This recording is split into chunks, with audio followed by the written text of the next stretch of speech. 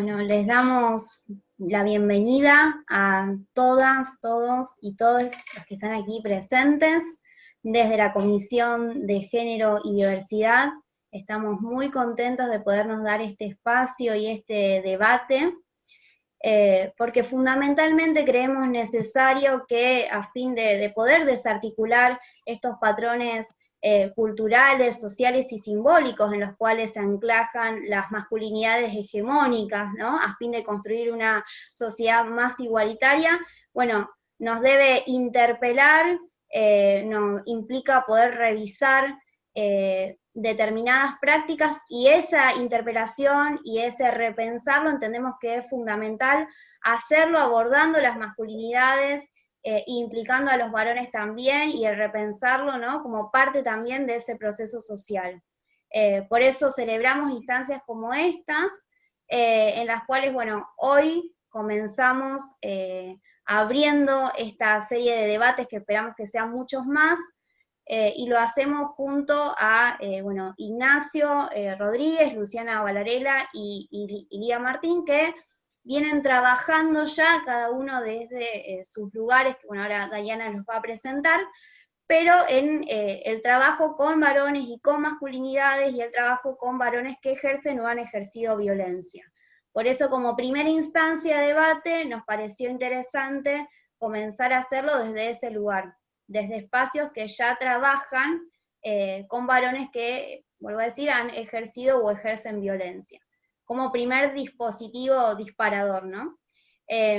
Bueno, nuevamente, bienvenidos a todos, todas y todes, especialmente le damos las gracias a los disertantes, un placer tenerlos acá con nosotros, y bueno, Dai, te paso para que los puedas presentar. Gracias, Lu. Buenas tardes a todos y todas. La verdad que es una alegría enorme, como decía Lu. Nosotras pertenecemos, mi nombre es Dayana, y pertenecemos a la Comisión de Género y Diversidad del Colegio de Abogados, por ahora se denomina así. Están otras compañeras también que integran esa comisión. Para nosotras es un orgullo, porque hemos también avanzado. Antes se llamaba de los derechos de las mujeres, y ahora hemos ampliado la denominación. Por eso también nos parece fundamental poder hacer estas instancias para seguir reconstruyéndonos todos y todas. Entendemos que es crucial, que los momentos que estamos viviendo son sumamente importantes, que nos sigamos formando como profesionales del derecho. Entonces nos parecía muy positivo poder iniciar esta charla. Ya venimos en una serie de diferentes temáticas tocando desde la comisión. Agradecemos que haya 72 participantes en la charla, un día a esta hora, con lo cual nos llena de orgullo, porque quiere decir de que hay muchos colegas, muchas colegas que quieren formarse, capacitarse y también debatir sobre estas temáticas. Y paso a presentar a los invitados y a las invitadas. Ignacio Rodríguez es psicólogo, es el coordinador del programa Masculinidades de la Secretaría de Género y Derechos Humanos de la Municipalidad de Rosario, integrante del Instituto de Masculinidades y Cambio Social, y también integrante del área de Género y Sexualidades de la Universidad Nacional de Rosario. También contamos con la presencia de Luciana Varela,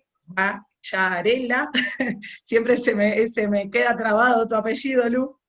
Es abogada, también fiscal, adjunta de la Oficina de Violencia de Género del Ministerio Público de la Acusación, y tiene una diplomatura superior en Género y Justicia de Flaxo. Y por último, Martín Ilia, también abogado de la Universidad Nacional de Rosario, y es el coordinador general de la Secretaría de Género y Derechos Humanos de la Municipalidad de Rosario. Muchísimas gracias a los y las tres que van a estar participando, y no perdemos más tiempo, le damos la palabra. Creo que arrancaba Ignacio, ¿no? Muchísimas gracias. Hola. Bueno, gracias Dai, gracias Lucila por la invitación, por generar estos espacios, y en realidad, bueno, a modo de Lucila me comentó la posibilidad de generar algún espacio de sensibilización o capacitación sobre masculinidades, también hay una intención nuestra de aprendizaje como dispositivo, ¿no? Nosotros en el dispositivo de atención con valores, y nos encontramos fundando un dispositivo hace 5 años y empezando a tener que interactuar y dialogar con temas jurídicos que desconocíamos. Entonces, siempre tuvimos la permeabilidad de poder generar herramientas para poder favorecer el diálogo y y el intercambio de experiencias con otros espacios que no son específicos de nuestra profesión, ¿no? Entonces, veníamos todos de la atención en otro tipo de abordajes y cuando el dispositivo se puso en funcionamiento, la primera demanda que empezamos a recibir fue de los fueros judiciales. Entonces, para nosotros fue un aprendizaje continuo y una revisión constante de nuestro encuadre del dispositivo. Hoy me parecía interesante contarles cómo está trabajando el dispositivo en estos momentos y cómo el dispositivo es quizás la pata de anclaje de toda nuestra experiencia anterior y cómo eso lleva a pensar una política más abarcativa que incluya no solo el dispositivo, sino un montón de otras intervenciones para repensar las masculinidades. Les voy a compartir brevemente un PowerPoint para mostrarles cuál es el encuadre del dispositivo actual en estos momentos de crisis sanitaria y contarles un poco la historia de cómo surgió y cómo venimos trabajando a lo largo de estos 5 años. Justamente el dispositivo este mes cumple 5 años, se formó en septiembre del año 2015, después de varias reuniones de diagramación y de creación del proyecto que fue, se fue formando y generando a partir del intercambio entre todas las profesionales que ya trabajaban en el Instituto Municipal de la Mujer y que fue el lugar que le dio lugar justamente a la creación de este dispositivo. Ahora voy a tratar de compartir pantalla con ustedes. Ahí va.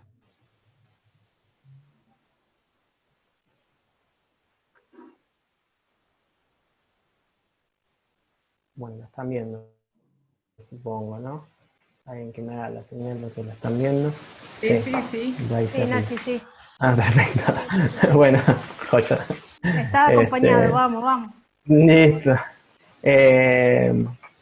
En este momento el dispositivo fue también una construcción conjunta, colectiva y constante de cómo dar respuesta a las derivaciones judiciales que nos llegaban en momentos de pandemia, y decidimos hacer un dispositivo de acompañamiento y orientación telefónica con los varones que ya venían en el dispositivo en forma presencial y con los varones que eran derivados de las instancias penales en momentos de aislamiento social preventivo y obligatorio y todas las fases que le siguieron después. Bueno, acá dice más o menos esto de que es una comunicación telefónica con cada participante del dispositivo, tiene una frecuencia semanal y se informa a la justicia en caso de que podamos comunicarnos o no con ese varón, que es el único tipo de informe que hoy le estamos dando a la justicia en relación a si cumple o no con esa medida, esa regla de conducta. Lo interesante que creo que es hablar hoy, que puede ser una herramienta de intercambio y de diálogo entre nosotros, es esto de que el dispositivo se ha construido y se ha instalado como una medida alternativa en un montón de situaciones que son delitos en contexto de violencia de género que no existía hasta el 2015, digamos, que hasta el 2015 había una serie de reglas de conducta como la restricción de acercamiento, la abstención de consumo de bebidas, y no había quizás una regla de conducta que tuviera directa relación con la reparación del daño causado, ¿no? Entonces, el dispositivo vino a ser una herramienta que creo yo, y después lo dirá más desde su experiencia Luciana, como una herramienta adicional y que tenía que ver, digamos, con el daño causado, ¿no? Es un espacio de interpelación sobre el ejercicio de la violencia para los varones.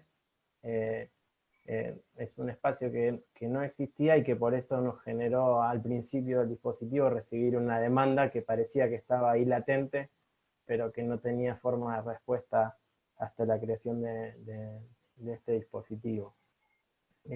Lo digo más que nada porque cuando nosotros nos pusimos la primera vez en una pequeña oficinita a pensar este dispositivo, creíamos que los que iban a llevar iban a hacer de forma voluntaria, y la verdad es que lo que recibimos fue la mayor parte de varones derivados de la justicia penal. Entonces, por eso para nosotros es un aprendizaje, porque como psicólogos siempre estamos trabajando sobre la demanda del paciente y no sobre alguien que llega mandado.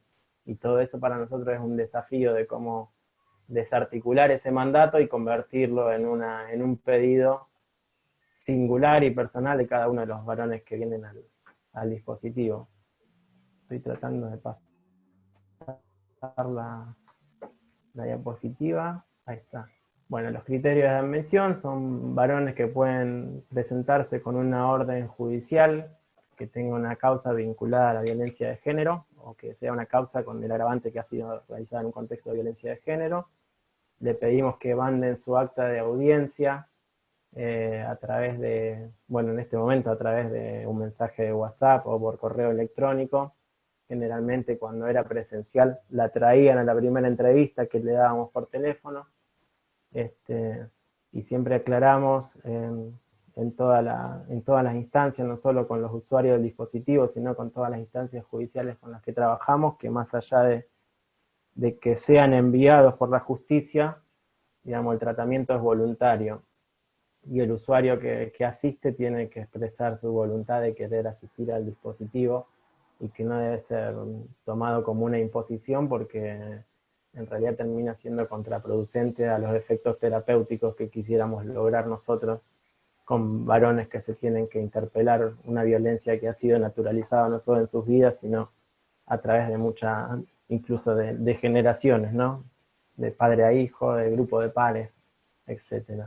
Lo que pedimos es que sean mayores de 18 años de edad, por la complejidad que implica trabajar con minoridad, implica otras herramientas, otros recursos y otras interacciones que no estamos en condiciones de poder dar, porque sería una demanda mucho más, digamos, grande y difícil de poder sostener con la eficacia con la que queremos trabajar y con la seriedad.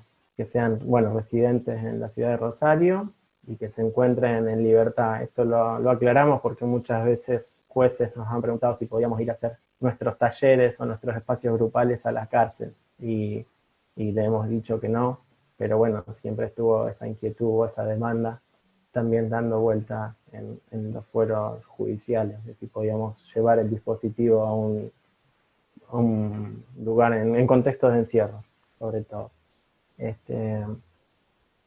Bueno, y la admisión queda a criterio de evaluación de los profesionales intervinientes. Hay algunos criterios que tenemos en cuenta a la hora de admitirlos, que es que no tengan causas relacionadas con delitos contra la integridad sexual.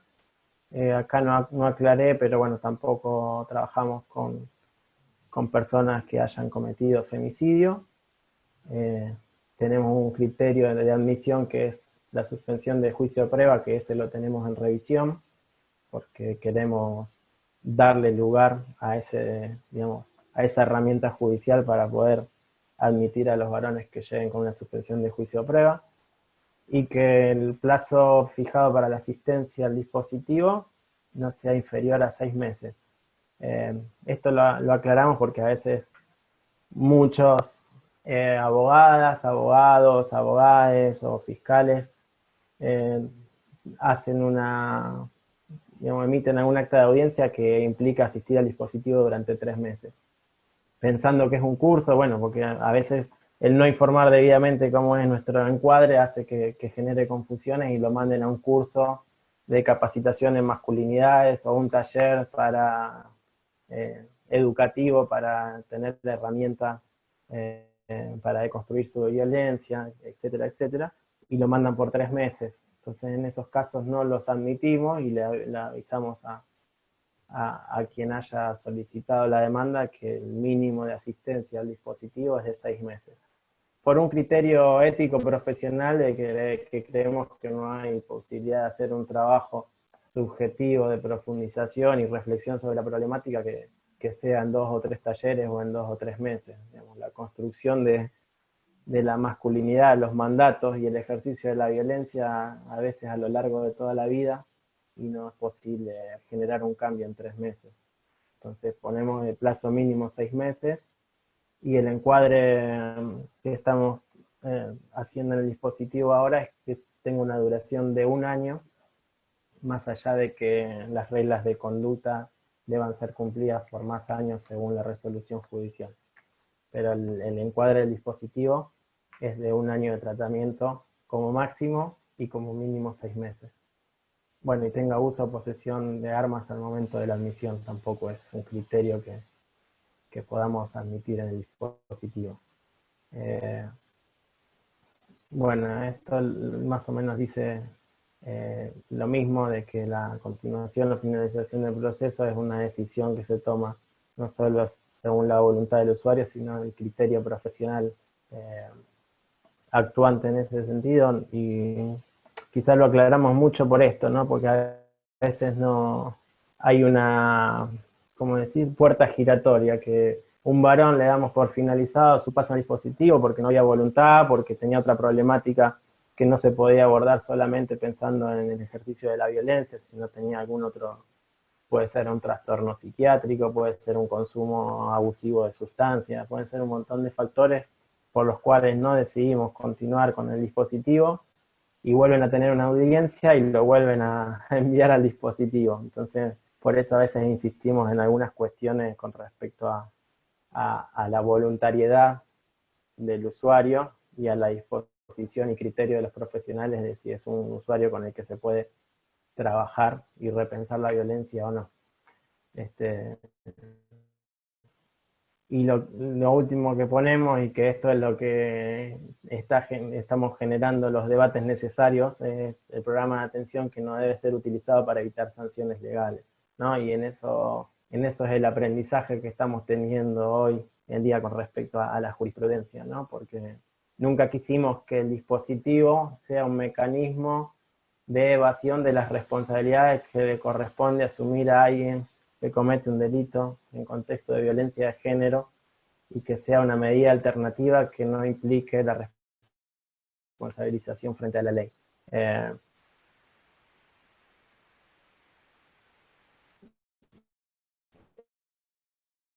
Ético, pero también entendemos que la suspensión de juicio a prueba también es un mecanismo de prevención de que no todos los delitos lleguen a una instancia penal, no solo por la gravedad, sino por la intencionalidad de quien denuncia, que a veces no quiere, digamos, que la persona a la que denuncia llegue a una instancia penal, que llegue a una privación de la libertad.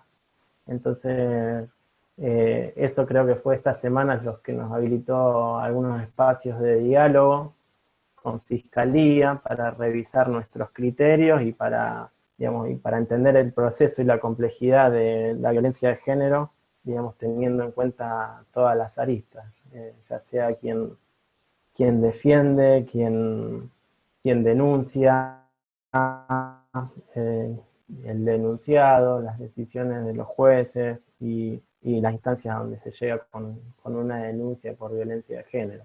Nos parecía interesante esto, generar ahí desde la Comisión de Género del Colegio de Abogados una instancia para contarles cuál es nuestro trabajo. Llevamos 5 años, sí, nacimos en un momento bastante álgido en relación a las luchas feministas, pues fue el mismo año del primer Ni Una Menos. El primer Ni Una Menos fue en junio del 3 de junio del 2015, y en mes de julio nosotros ya estábamos delineando, digamos, un marco y un encuadre para la atención en el dispositivo. Cuando salió el dispositivo generó muchas controversias, que son las controversias propias de cualquier dispositivo de atención a varones que funcione tanto en Rosario como en cualquier otro lugar, y te tiene que ver con medir la eficacia de si realmente los varones que asisten a un dispositivo tienen posibilidad de cambio, y ahí donde quizás nosotros podemos introducir algún criterio teórico-metodológico, porque tanto yo como las profesionales que me acompañan, en este caso está Caro acompañándome, creemos que la violencia es aprendida y por lo tanto puede desaprenderse. Y eso implica también un posicionamiento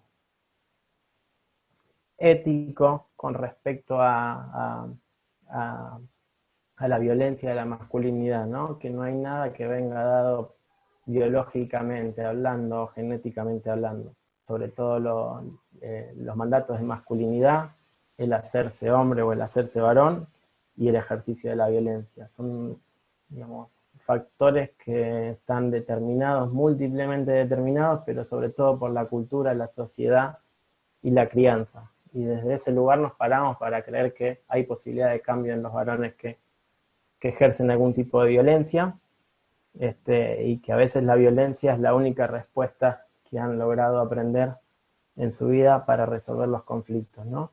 Pero bueno, esa es una de las primeras objeciones que aparece cuando hay un dispositivo, esto de la eficacia de si realmente los varones cambian. Y la segunda, digamos, el segundo obstáculo es si generar recursos para la atención con varones no está dejando de lado los recursos que puedan generarse para la atención de la víctima, ¿no? Y entonces siempre decimos lo mismo, que trabajamos con varones para prevenir y erradicar la violencia contra las mujeres, porque nuestro horizonte, nuestro objetivo es ese, no es que trabajamos con los varones para lograr una alianza que reproduzca, digamos, el patriarcado, la masculinidad hegemónica, ni ningún tipo de violencia, y sobre todo también creyendo que está garantizada el abordaje integral y completo de la persona que es víctima de violencia de género. Si eso no está garantizado, es lógico y razonable que encuentre objeciones a un dispositivo de atención con varones si no hay respuesta suficiente del Estado para proteger a la víctima.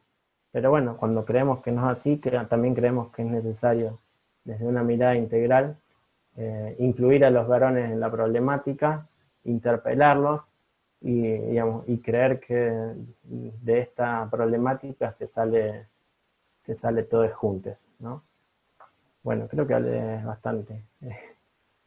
Habilito a Martín que cuente un poco cómo estamos pensando en las políticas públicas en relación a las masculinidades. Martín, habilita tu micrófono.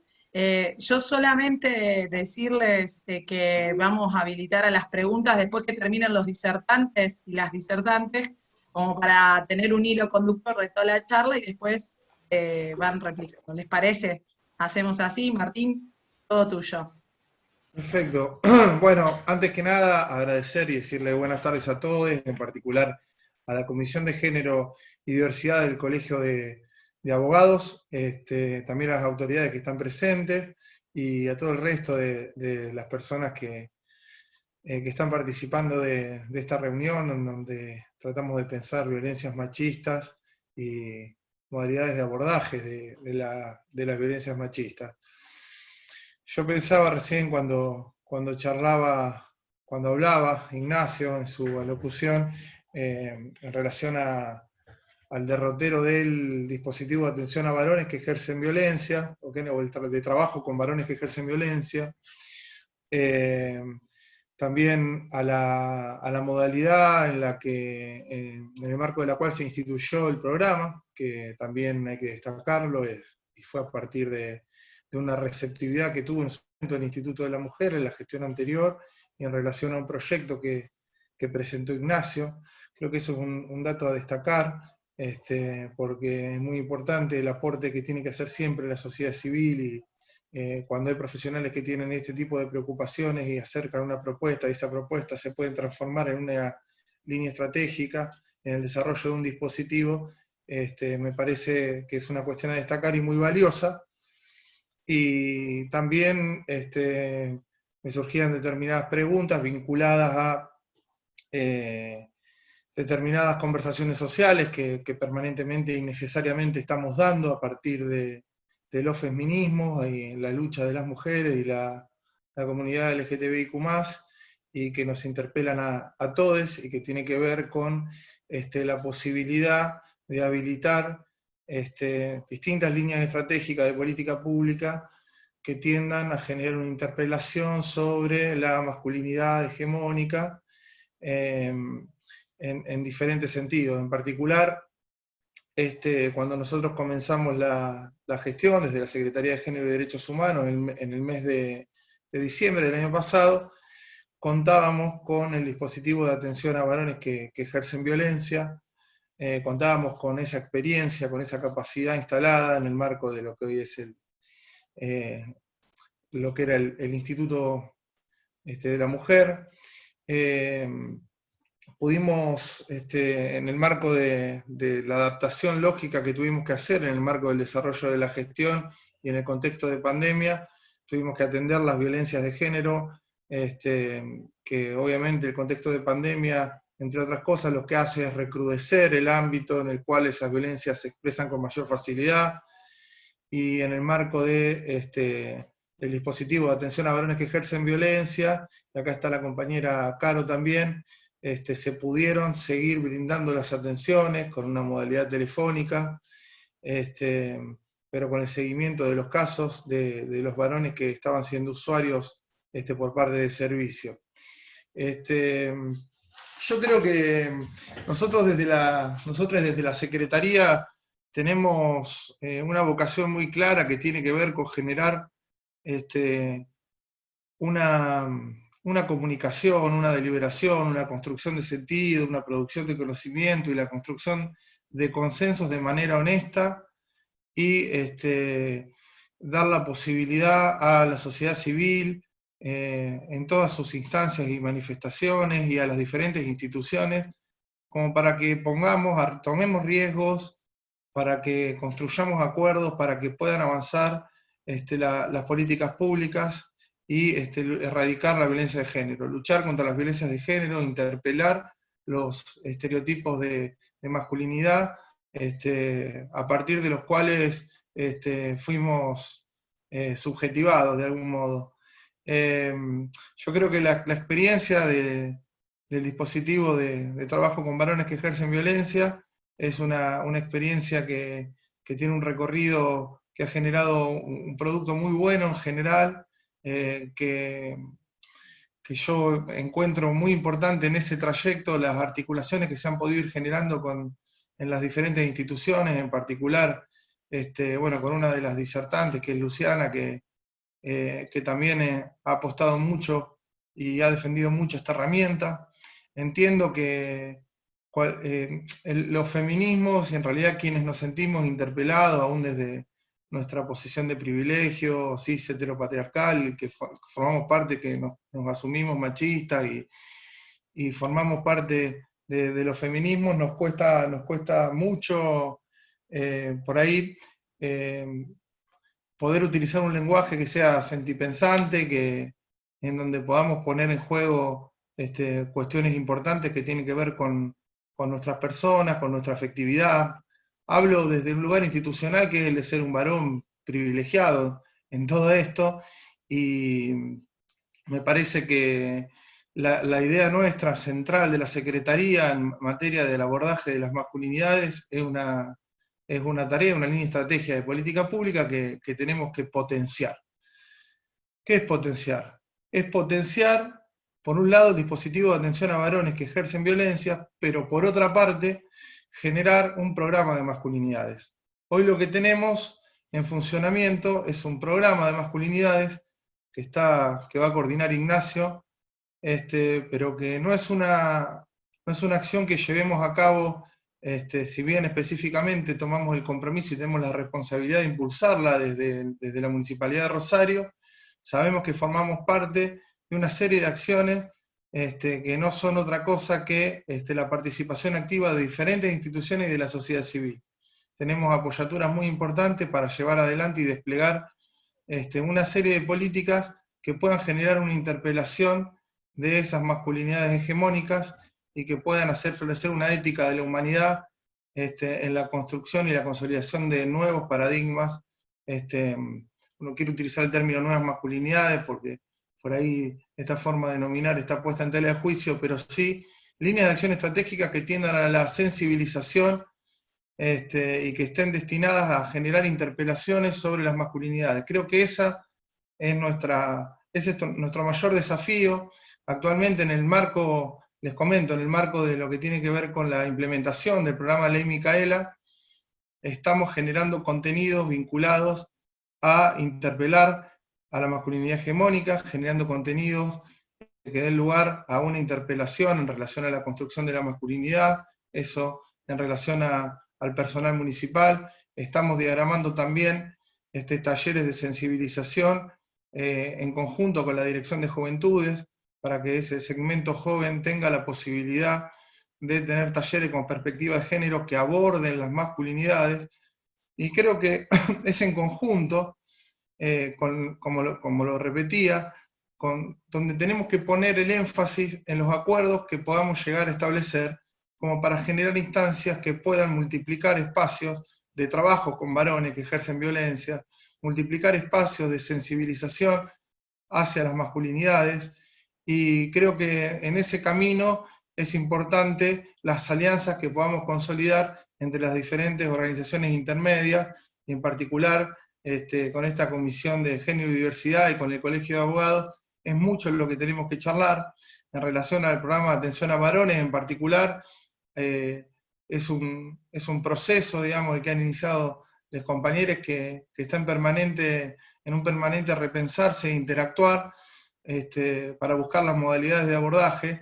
Por ahí no específicamente vamos a poder dar respuesta desde un dispositivo municipal, pero sí apoyándonos en el trabajo conjunto con otras instituciones, con el Instituto de Masculinidades y Cambio Social, con el área de género de la UNR, con el Colegio de Abogados, podamos replicar buenas prácticas de cara a ir erosionando los paradigmas de la masculinidad hegemónica y dándole lugar a dispositivos que en diferentes tramos de atención puedan dar lugar a una interpelación, a una responsabilización en relación a la violencia que ejercemos, y a habilitar una rectificación subjetiva, que creo que acá estamos entre abogados en su mayoría, y cuando hemos todos leído sobre los fines de la pena, y en definitiva cuáles son las prácticas concretas del sistema carcelario, sabemos que también son ámbitos de reproducción extrema de la masculinidad hegemónica y de la violencia, inclusive como mercancía. Con esto no quiero abrogar en absoluto la cuestión del deseo de la justicia, ni la necesidad de una sanción penal cuando correspondiere.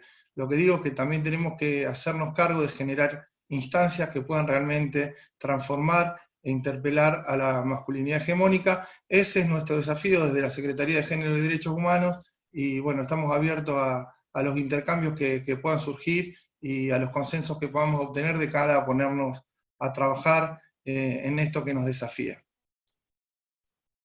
Gracias, Martín. Muchísimas gracias. Lu, seguís vos. Aviso si quieren ir haciendo las preguntas en el chat, así vamos ganando tiempo. Bueno, gracias por la invitación, y bueno, nada, y un gusto siempre compartir con Ignacio y con Martín. Ya venimos como acostumbrados a compartir espacios de conversaciones, y eso está bueno, y es la verdad que el trabajo con el dispositivo muestra, digamos, también cómo en estos casos es imposible abordarlos en soledad desde el sistema penal, y sí o sí tenemos que poder articular y coordinar, digamos, acciones junto con otras instituciones que también trabajan la temática. De hecho, es todo el tiempo con el dispositivo, es todo el tiempo empezar a hacernos muchísimas preguntas y empezar a intentar generar respuestas distintas a la pena, o más orientadas a la reparación que al castigo. En este sentido, siempre aclarando que yo hablo desde el lugar en el cual trabajo, que es la Oficina de Violencia de Género, donde no trabajamos delitos sexuales y no trabajamos femicidios, con los cuales nos queda todo el resto de los delitos que sean en un contexto de violencia de género, y que en general, por las escalas penales que tienen, dan lugar a la aplicación de la suspensión del juicio a prueba. Si bien nuestro trabajo con el dispositivo hasta ahora tiene que ver con incorporar la asistencia al dispositivo como regla de conducta para los casos de condenas condicionales y para los casos de libertad condicional. La idea que venimos conversando con el dispositivo es poder incluir también la regla de la asistencia al dispositivo para los casos de probation, y empezar a generar este tipo de respuestas en un mayor número en la Fiscalía. Partimos de, digamos, dejando de lado, como ya dije, digamos, las situaciones donde podamos pensar que las mujeres pueden estar en riesgo, y entonces es otra la respuesta que tengamos que dar. En muchas situaciones, incluso son las mismas mujeres las que nos piden cosas distintas a que el hombre sea castigado o el hombre vaya preso. Vamos, partimos de pensar que en estos casos, a diferencia de la mayoría de los delitos, hay un carácter íntimo entre las partes, y esto no lo debemos perder de vista, donde son pocas las veces en las que las mujeres nos piden, ¿sí?, como respuesta que quien fue su agresor vaya preso. La mayoría de las veces nos exponen demandas muchísimo más complejas que el hecho puntual. Siempre decimos, o sea, pareciera que la denuncia del hecho puntual es una demanda, es una excusa para una demanda de intervención muchísimo más compleja que demandan por parte del Estado. Y partiendo entonces de esta escucha activa, que me parece fundamental en los casos de violencia de género, partiendo de considerar que la situación de las mujeres no puede generalizarse ni universalizarse, no podemos pensar a las mujeres que como las, digamos, tenemos que partir, digamos, de que la situación de cada una de las mujeres que se presentan en la Fiscalía es particularizada, atravesada, digamos, por distintas cuestiones, y partiendo de pensar estos conflictos así, contextualizados, situados, la situación de las mujeres particularizada, entendemos que la mejor respuesta que el Estado, que el sistema penal puede dar, es la respuesta que atienda a estas particularidades y a estas demandas mucho más complejas, que en general tienen que ver más con las condiciones de producción de las violencias, y que nos dan la oportunidad de generar respuestas mucho más eficaces y concretas en la vida de las mujeres.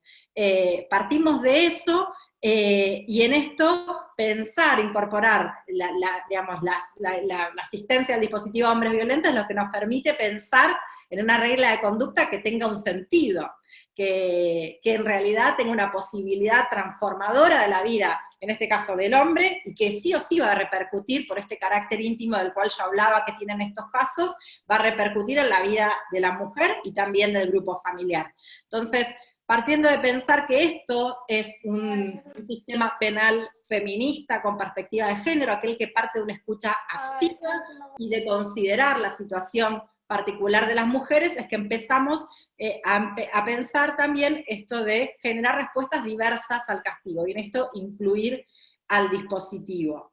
Y también desarmar esta relación directa que suele darse entre pensar a la eficacia o digamos, a que ir a juicio y castigar y la pena de prisión es garantía de eficacia o es garantía de no impunidad, digamos. Todos, o quienes trabajamos en el sistema penal, sabemos que es muy difícil llegar a un juicio con un caso de violencia de género. De hecho, de estos delitos con los cuales les estoy diciendo que trabajamos. De hecho, esto es, digamos, son datos que saco de mi propia experiencia sin ánimos de ser exhaustiva en cuanto a la información que estoy dando, pero por ejemplo, desde las últimas notificaciones de inicio de juicios debate en los casos de género, han sido fijadas desde que la Fiscalía presentó la acusación hasta la fecha de inicio de debate, transcurre un plazo de 1 año y medio o 2. O sea, están fijando los juicios a 1 año y medio o 2 desde el último acto de la Fiscalía. Si nosotros pensamos que la mayoría de los delitos que trabajamos en la oficina tienen un plazo de prescripción también reducido, que coincide bastante con este plazo de 2 años, estamos viendo que es muy difícil que un caso de violencia de género llegue a juicio sin prescribir antes. Y me parece que esto es lo que nos debería preocupar. Nos debe preocupar esa demora en la respuesta por parte del Estado, ese tiempo de no respuesta, donde en general estos hombres ya recuperaron la libertad, y donde en realidad seguramente cuando ya llega el momento de ese inicio y de ese juicio-debate, la mujer ya resolvió el conflicto por otra vía. Si nosotros dejamos de tener contacto con esa mujer o dejamos de tener noticias de ella, seguramente ya lo resolvió sin necesidad de la intervención del Estado. Entonces, poner esto también en cuestión, esto de pensar el juicio como garantía de no impunidad y como garantía de una respuesta que lejos está de ser oportuna. En el medio nos quedan un montón de situaciones a las que no estamos atendiendo, y creo que ese es el gran problema del Estado hoy, estas situaciones a las que no les estamos pudiendo dar respuesta. Eso es lo que tenemos que cambiar.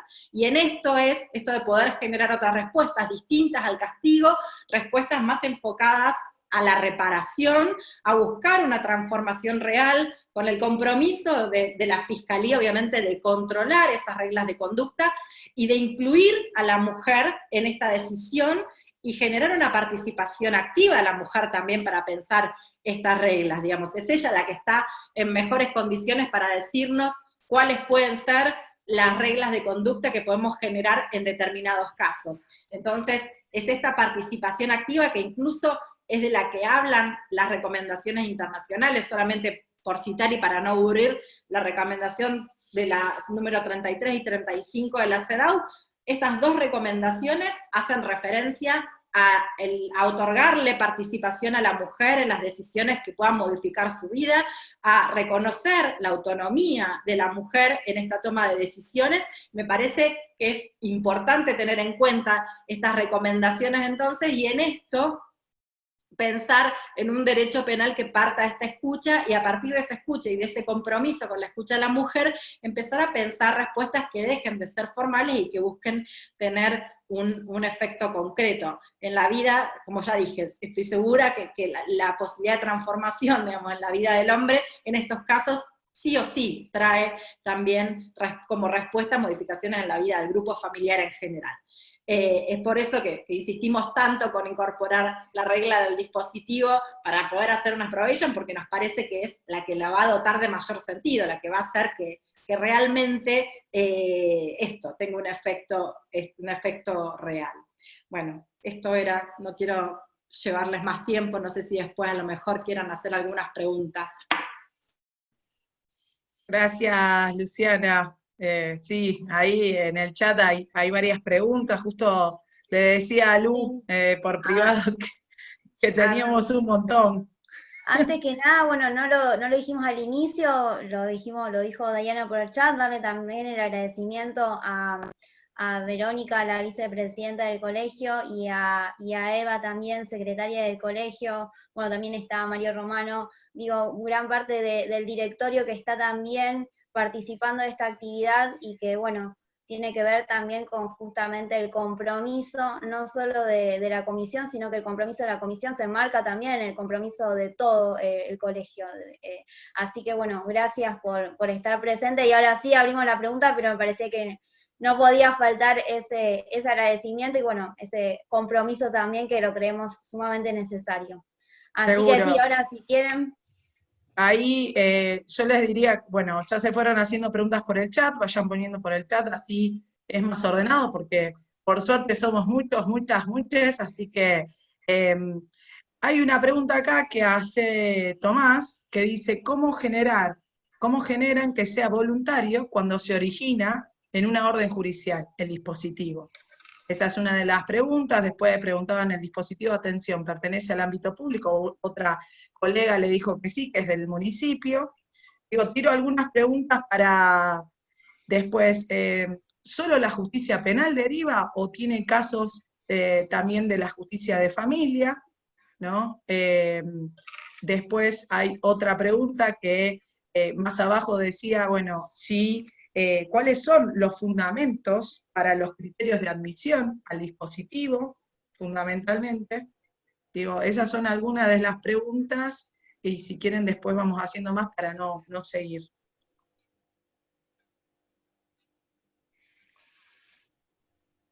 Bueno, yo No, no.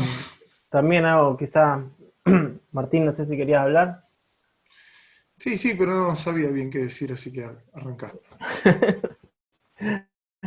No, yo hago un acercamiento o un intento de respuesta de alguna de esas preguntas y después quizá puede agregar algo también Caro, que es mi compañera y que estuvo también toda la construcción y el proceso del dispositivo, pero eh, ¿cómo logramos o cómo hacemos que sea voluntario cuando hay una orden judicial de por medio, ¿no? Me parece que ese es uno de los trabajos que tenemos como desafío en generar estos espacios de diálogo, que no sea una regla que se le impone, sino que sea consultada desde el comienzo del proceso, no solo del dispositivo, sino del proceso judicial que pueda estar el varón, ¿no? Que tanto el abogado defensor como la fiscalía, como, digamos, como quien esté participando o interviniendo en ese caso, pregunte al usuario si quiere ser parte de un dispositivo de abordaje con varones, ¿no? Porque también nos hemos encontrado que muchos de los varones no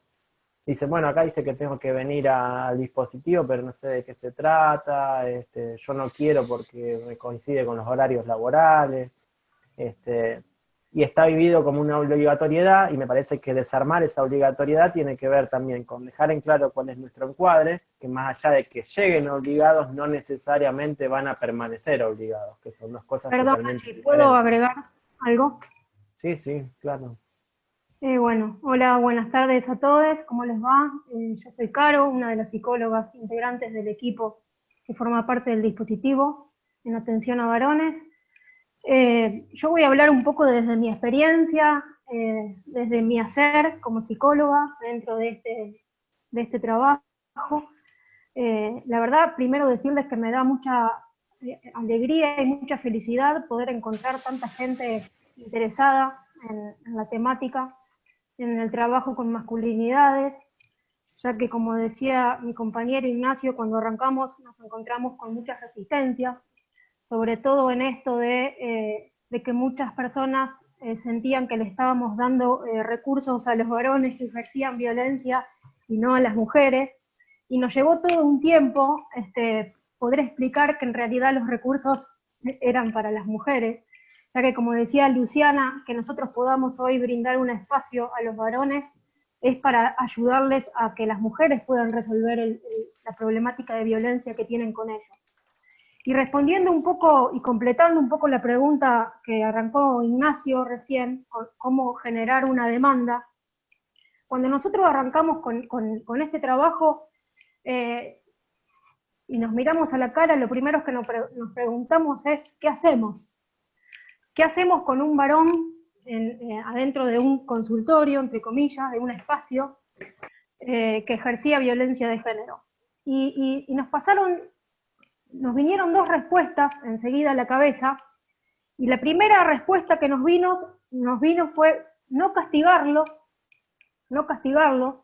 porque sentíamos que era justamente lo que se venía haciendo, ¿no? Esto de lo punitivo. Y lo segundo que se nos vino, como psicólogas y psicólogos, que en realidad somos los que integramos el equipo, es escucharlos. ¿Por qué digo escucharlos? Porque creo que la posibilidad de generar la demanda en el deseo de esa persona es ofrecerle un espacio de escucha. Y ofrecerle un espacio de escucha es ofrecerle un espacio de alojar esa subjetividad atravesada por un montón de conflictos y un montón de problemáticas, y entre una de ellas el ejercicio de la violencia. Cuando los varones llegan a nuestro espacio, llegan con todas estas resistencias, ¿no? Inclusive les cuesta un tiempo poder abrirse y poder confiar en que es un espacio primero privado, un espacio para ellos, y segundo, entender de qué se trata.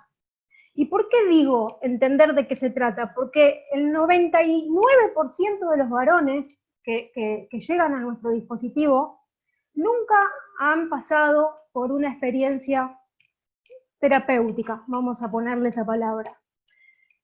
Nunca han tenido a un psicólogo o psicóloga adelante que les ha preguntado, ¿qué pensás de esto que te pasa? ¿O por qué crees que no podés dejar de ejercer una violencia? O interroguemos el ejercicio de tu violencia para que vos también puedas hacerte una pregunta como sujeto ahí, sujetado a una historia, ¿no? A deconstruir. Y es ahí, en esa fina línea, que no es sin tiempo, sin tiempo, cuando hablo de tiempo hablo del tiempo subjetivo del otro, ¿no? Es ahí en esa fina línea en donde nosotros esperamos a que eso que nosotros le ofrecemos, que es un espacio de escucha, genere en el sujeto, en el varón, esto de necesito contarte algo. Que pueda poner algo de su angustia, que pueda poner algo de su dolor, que pueda poner algo de su sufrimiento, porque inclusive nos hemos escuchado muchas veces con varones que nos dicen, yo no sé qué hacer con esto, no sé cómo resolverlo, ¿sí? Entonces, el traspaso de la obligatoriedad a la demanda tiene que ver con esto, arranca por una escucha, yo soy tu psicóloga y estoy acá para ayudarte. ¿Ayudarte a qué? Primero a transitar este proceso penal, que no es poco, y segundo para ponerte en un lugar de sujeto que habla y que tiene algo para decir con respecto a ese ejercicio de la violencia. Y cuando eso pasa, empieza a pasar que el varón no solamente empieza a venir a sus sesiones, espacios, sino que empieza a querer traer algo de su historia, algo de su vida, y empieza a hablar. Y cuando una persona habla, se deconstruye. Cuando una persona habla, se reformula. Y cuando una persona habla, empieza a generar ahí alguna transformación.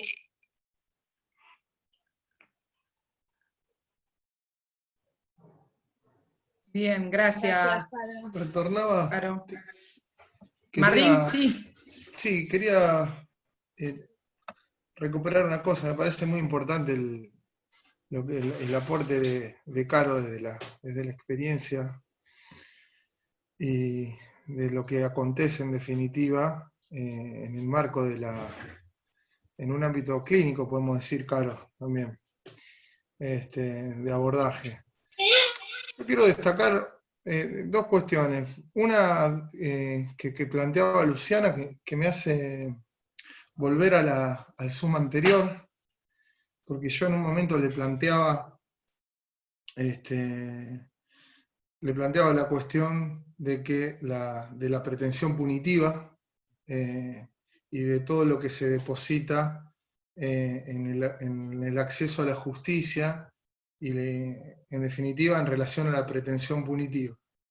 Ella me contestaba en ese momento, y hoy también lo puso de manifiesto en la locución, que no se cuantifica necesariamente, y en la generalidad de los casos, en las mujeres víctimas de violencias machistas, una pretensión punitiva como algo central de cara a poder planificar y obtener herramientas para vivir una vida libre de violencias. Eso me parece importante destacar, porque me parece que esa pretensión punitiva habita más los espacios de deliberación pública, de conversación pública, y determinados activismos, y no la pretensión por ahí, corregime si no, Luciana, que se puede cuantificar en relación a las víctimas de violencia de género.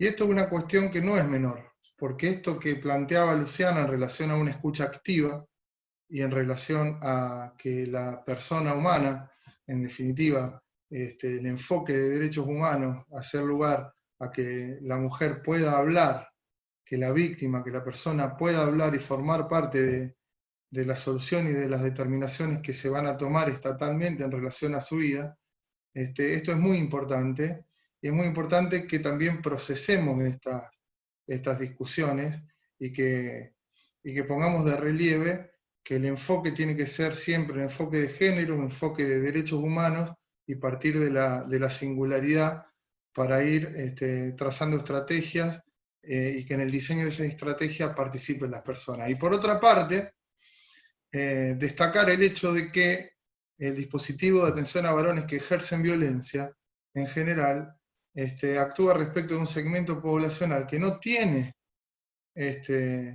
las herramientas simbólicas y los recursos simbólicos en términos estructurales que podemos tener los que formamos parte de las capas medias y que no forman parte en general de ese tipo de interpelación. A nosotros nos cuesta mucho reconocernos, reconocer el ejercicio de las violencias machistas que tenemos naturalizadas cotidianamente, y tenemos muchas herramientas para poder pensar nuestras prácticas, para poder tratar de vincularnos de otra manera con la falta, con nuestra fragilidad y demás.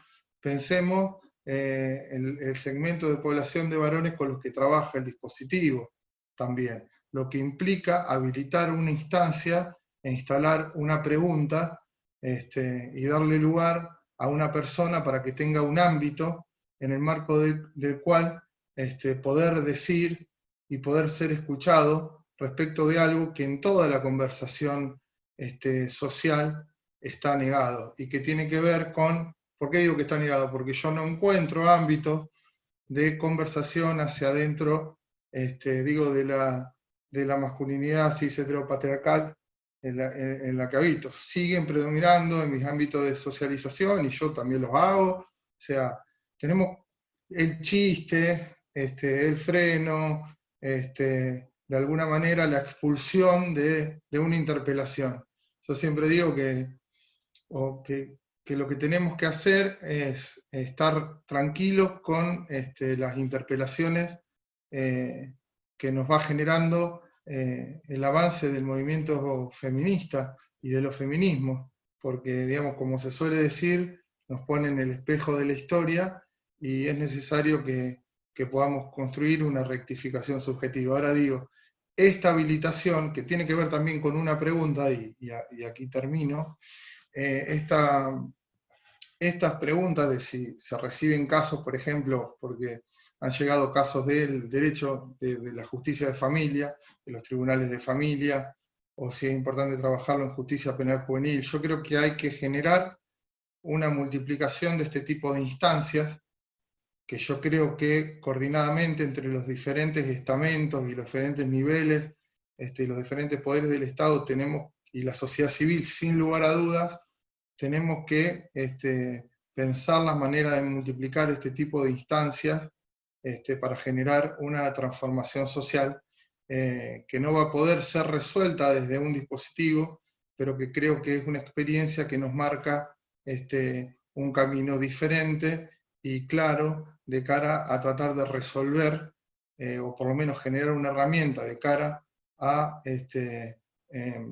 incidir sobre las masculinidades del presente y del futuro, y colocarnos en un pie de igualdad y en un trato más humano entre todos. En definitiva, eso. Clarísimo. Muchísimas gracias a todos y todas. Voy haciendo unas preguntas más, hay un montón, pero estas se relacionan con respecto a la educación. Había una pregunta que planteaba si creían necesaria la inclusión de talleres con perspectiva de género dentro de la currícula obligatoria de los profesionales. Entiendo que en la universidad había otra que planteaba si en algún futuro esta problemática se va a trabajar en los espacios de educación primaria y secundaria, y a esa se abonaba una respuesta, una posible respuesta de la ley de ESI, de Educación Sexual Integral, que ya cuenta con despacho favorable en la Comisión de Educación de la Cámara de Diputados y Diputadas de la provincia. Entonces, bueno, planteaban ese tema con respecto, digo, lo divido porque es muy puntual de educación. ¿Cuál es la opinión de ustedes con respecto a esto?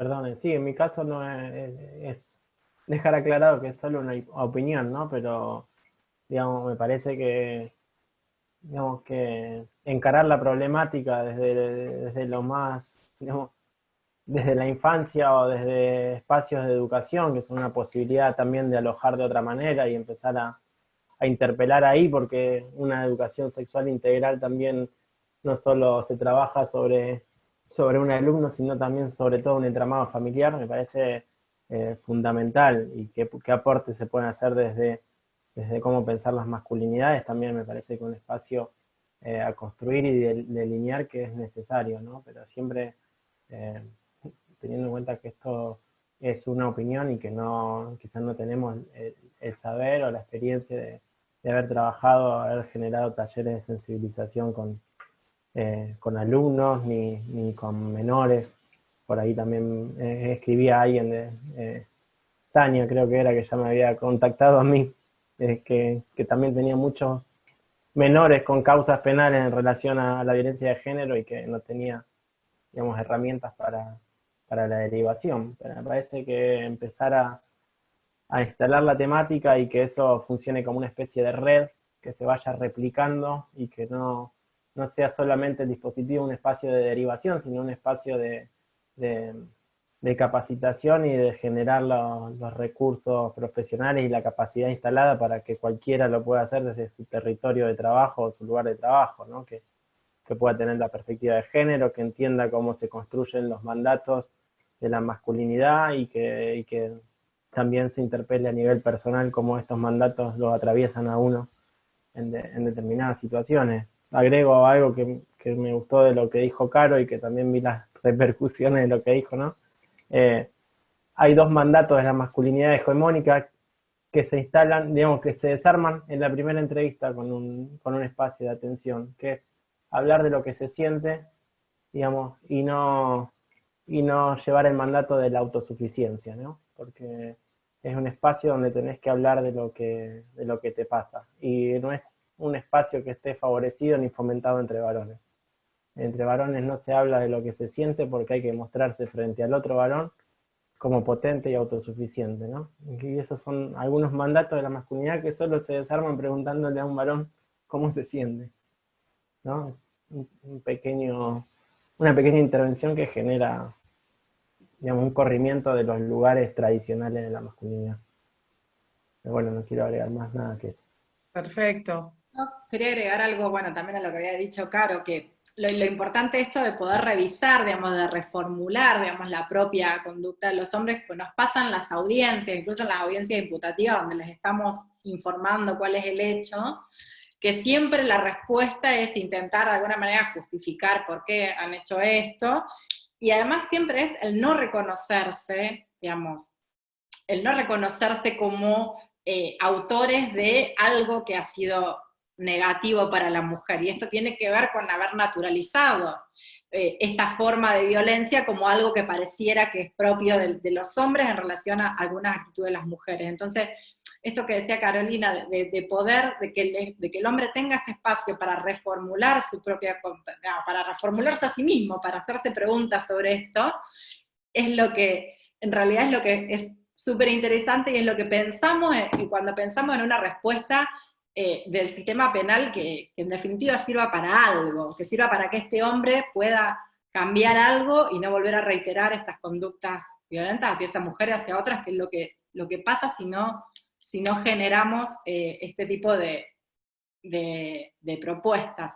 Y esto en referencia a lo que decía Martín también, que nosotros siempre lo charlamos en la Fiscalía, cuando las mujeres vienen, nosotros apenas llegamos, recibimos la denuncia, nos comunicamos con las mujeres y les decimos, bueno, qué buscaban en el momento de hacer la denuncia, qué esperan que pase con esta denuncia que hicieron, y la respuesta de todas las mujeres, lejos de pedir castigo para el hombre, es: yo quiero vivir tranquila, quiero que él me deje vivir tranquila, quiero arreglar el tema del régimen de visitas, poder que él me pase la plata para mantener a los chicos, quiero que me ayuden con el tema del consumo de drogas, pero por eso digo, las demandas de las mujeres exceden el hecho puntual que desencadena la denuncia. Nos piden otras cosas, que son muchísimo más complejas, y que nosotros desde el sistema penal no les podemos decir, no, esto nosotros tenemos que poder responder a eso, ¿sí? Eso es un sistema penal feminista, digamos, que pueda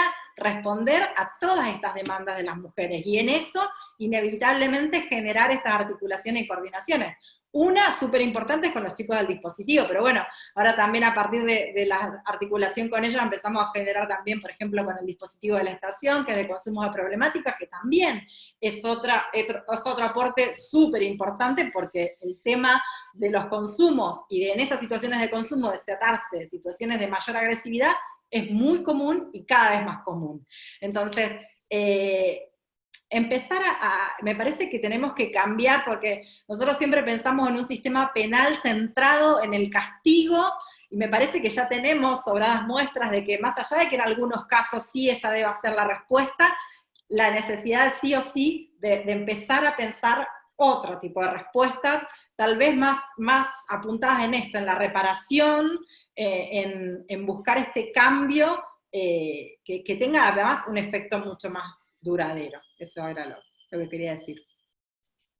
Buenísimo, gracias. Tenemos un montón de preguntas.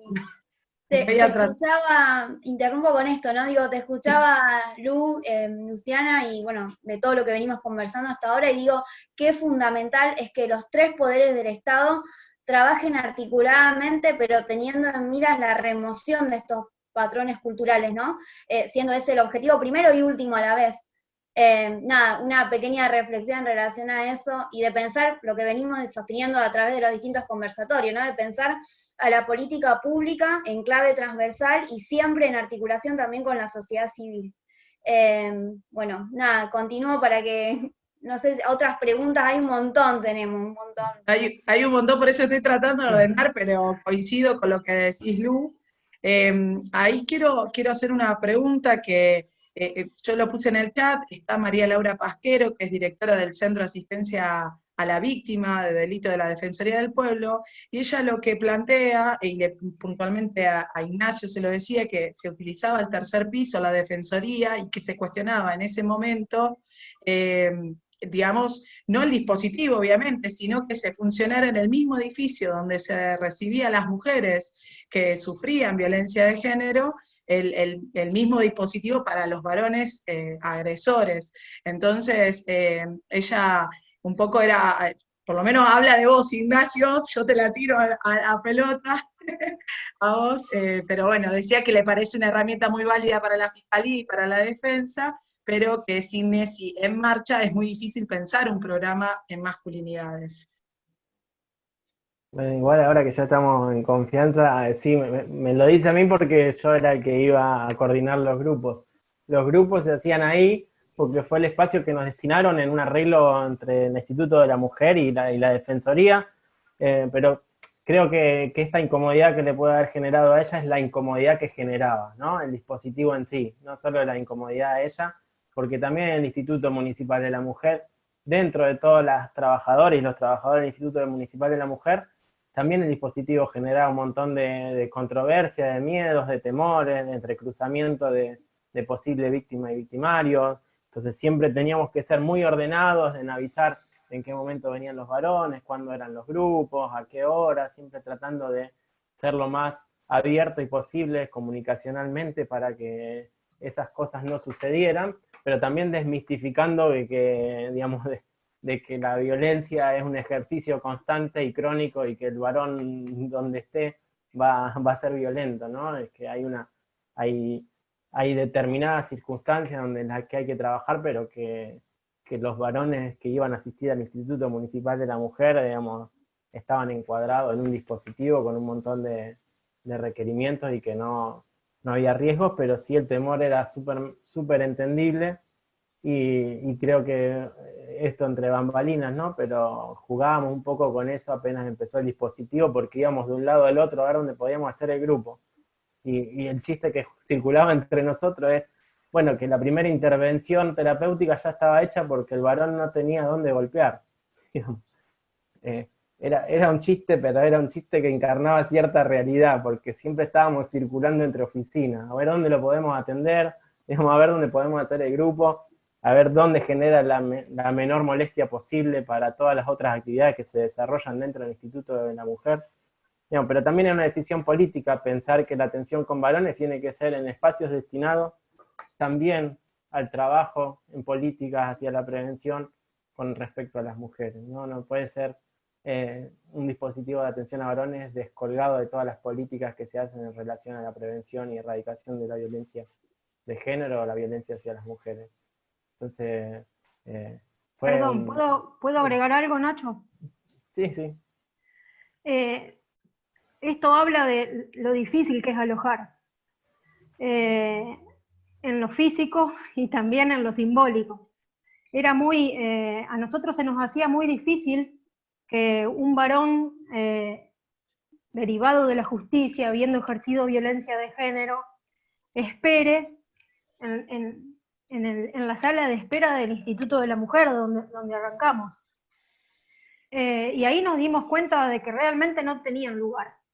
No tenían lugar simbólico y no tenían lugar físico. Y nosotros nos preguntábamos, porque el interrogante del resto de los compañeros y de las mujeres que también iban ahí, era, ¿qué nos va a pasar? Hay un violento en la sala de espera. Y yo les decía, si esa persona fuera a un centro de salud a pedir asistencia, digo, es un sujeto de derechos.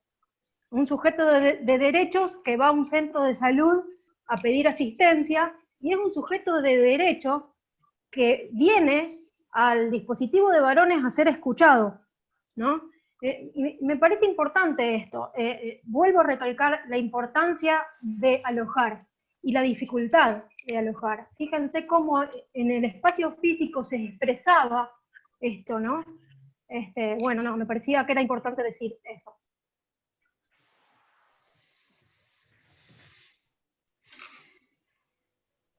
Bien. Sí, bien, bueno, María Laura me planteaba la posibilidad de hacer su derecho a réplica, por lo que dijo Ignacio. Nosotros la modalidad, decía ella, la modalidad es por escrito, pero si les parece muy brevemente, por tomar, por ser una autoridad. Sí, María Laura, me parece que no, va a estar difícil conceder digo, para cumplir con la colega que está acá a cargo de ese centro, le damos brevemente la palabra a María Laura, porque si no tenemos muchas preguntas, así que adelante. María Laura, ¿me escuchás? Dale, María Laura. Escuchá y dale, brevemente te dejamos habilitar el micrófono. Ahí está. Bueno, breve, soy. Ignacio, Caro, bueno, a todos. Martín, Luciana, Julia, ¿cómo va? A todas, Marisa, bueno, un placer estar. Ignacio, no, de ninguna manera, nosotros no, en ese momento no cuestionamos el dispositivo. Sí cuestioné específicamente que subiesen por la escalera y se encontrasen con las mujeres. Nosotros no atendemos solamente mujeres, atendemos víctimas de delitos, pero muchas mujeres víctimas de violencia de género. Y no me parecía, no era por no alojar de ninguna manera, aparte no era nuestro dispositivo, entonces no se me ponía ni en duda el tema de alojar o no. Caro, una cosa, y Diana, perdóname, vos dijiste cuando hablabas del alojamiento y la primera entrevista que tenías con el varón, de la violencia que ejercía.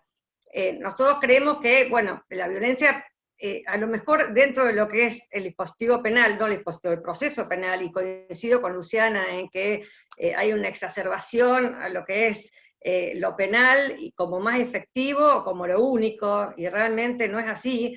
Fíjate que Luciana está hablando de la articulación que hace con consumo problemático, con vivienda también debe hacer articulación, y con un montón de otros organismos del Estado, pero entendiendo la violencia como un proceso que se prolonga en el tiempo, a empezar la comunicación con el varón, hablando de que la violencia que ejercía, no sé si es como que lo pensás así, que era una violencia que ejercía, o un hecho inmediatamente observable, que fue el que lo llevó a estar dentro del proceso penal, o si lo piensan como que la violencia puede estar prolongada en el tiempo, como un proceso también. Ya está. Sí, sí. No, estuvo mal el verbo tal cual, no es ejercía, porque no es, en el momento que llegan al dispositivo es algo que queda en el pasado. De hecho, es una violencia que está intrínseca y está naturalizada. Entonces, que ejercen. Y que hay que deconstruir, ¿no?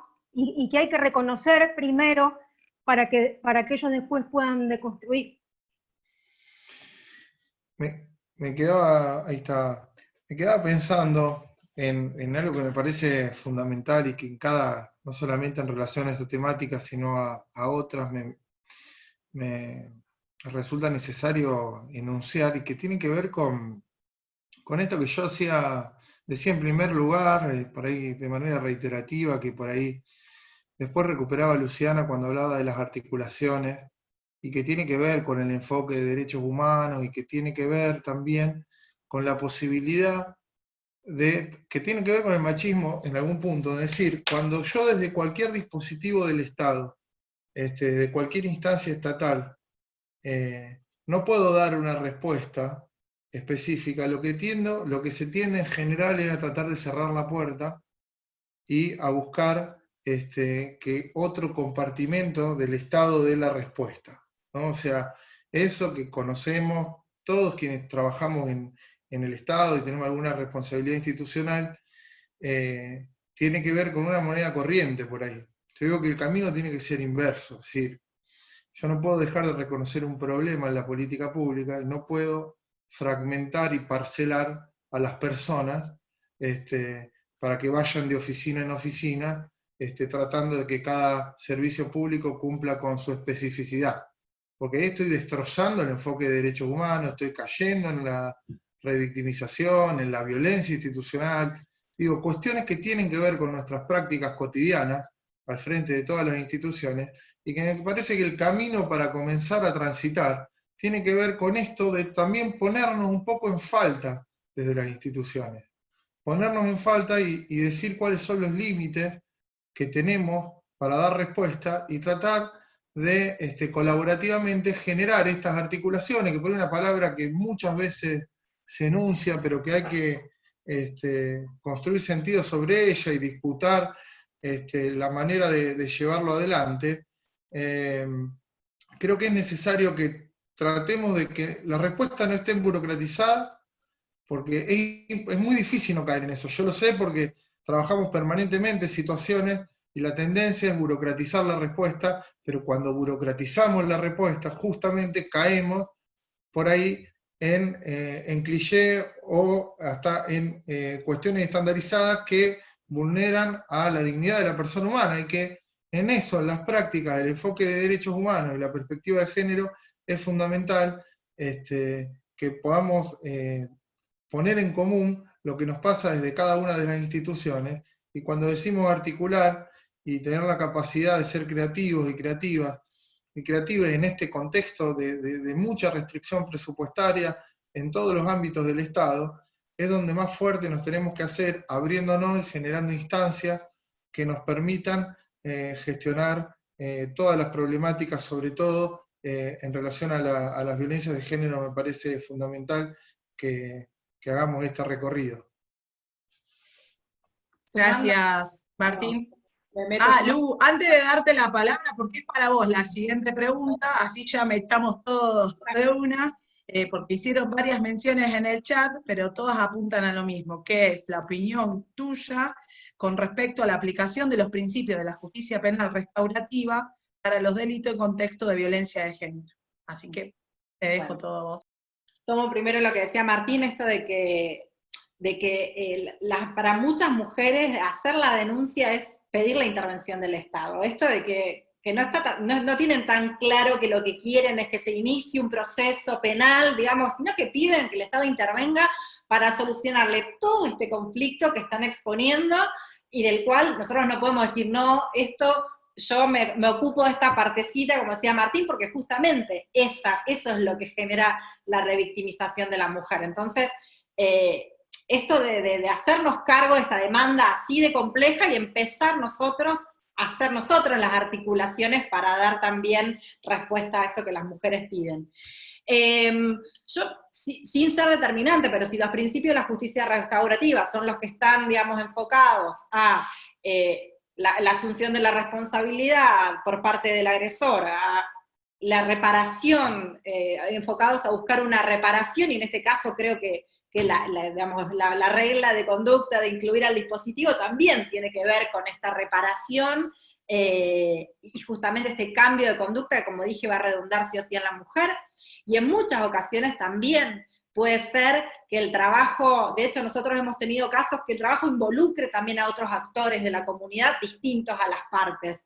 De hecho me acuerdo que hemos tenido, y suele haber muchos casos de hombres denunciados que, por ejemplo, eran boxeadores, o practicaban el boxeo, o estaban incluidos en la Asociación de Boxeo Argentina, y hemos articulado también nosotros como respuesta por parte del sistema penal, capacitaciones junto con la Asociación Argentina de Boxeo, y con la Facultad de Derecho para empezar a generar capacitación. Entonces, si de esto se trata la justicia restaurativa, si estos son los principios, sin entrar en eso, porque después vamos a entrar en la discusión de qué es lo que las recomendaciones internacionales prohíben y no prohíben, pero si estamos hablando de esto es más o menos de lo que venimos hablando, de buscar hacernos cargo del problema complejo que traen las mujeres, de buscar que el hombre asuma la responsabilidad en esto que ha hecho, y buscar también esta reparación, este hacernos cargo de cambiarle la vida a la mujer, o de hacerla, de poder llevar soluciones.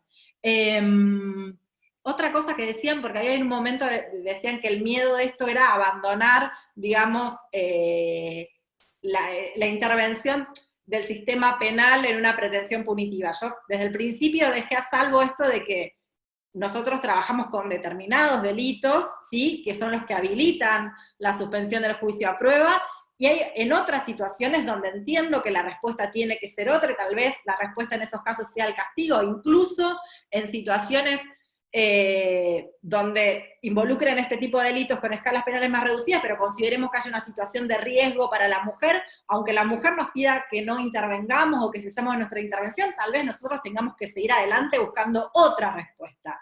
Pero igual aclarar que cuando hablamos de suspensión del juicio a prueba, hablamos de una respuesta penal, porque la suspensión del juicio a prueba está inserta en un proceso penal, es dictaminada por una autoridad judicial y es controlada también por una autoridad. Entonces, es parte de la respuesta del sistema penal. No estamos hablando de una respuesta extrajudicial o extrapenal. Es una respuesta penal distinta al castigo, a la pena de prisión, más enfocada en esto, en poder reparar la situación de mujer y del hombre, digamos.